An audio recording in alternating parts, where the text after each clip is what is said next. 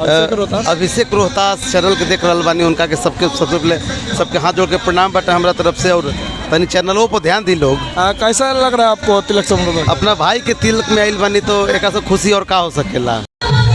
नमस्कार दोस्तों, मैं हूं आपका दोस्त अभिषेक और आप सभी का स्वागत है आपके अपने इस यूट्यूब चैनल में। और अभी औरंगाबाद के मशहूर गायक अभी हमारे साथ बड़े भाई जी राजा मंडल यादव जी मौजूद हैं। सबसे पहले आपका स्वागत है।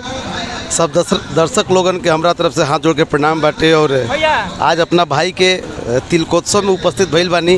जितना भी अभिषेक रोहतास चैनल के देख रहल बानी, उनका के सबके सबसे पहले सबके हाथ जोड़ के प्रणाम बाटे हमरा तरफ से। और तनी चैनलों पर ध्यान दी लोग।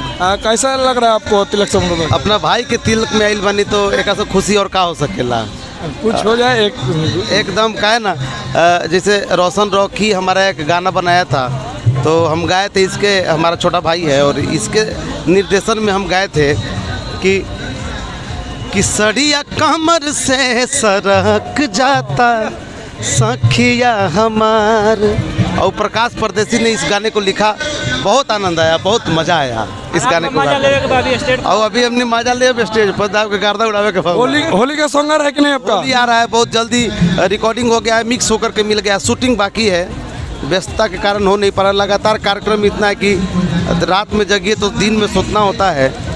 तो इस वजह से शूटिंग नहीं हो पा रहा है। हम लोग बहुत जल्द शूटिंग करेंगे और बहुत जल्द आएगा आपके भी। बहुत बहुत धन्यवाद जी। बहुत बहुत धन्यवाद आप सबको भी, सभी दर्शक लोगों को भी।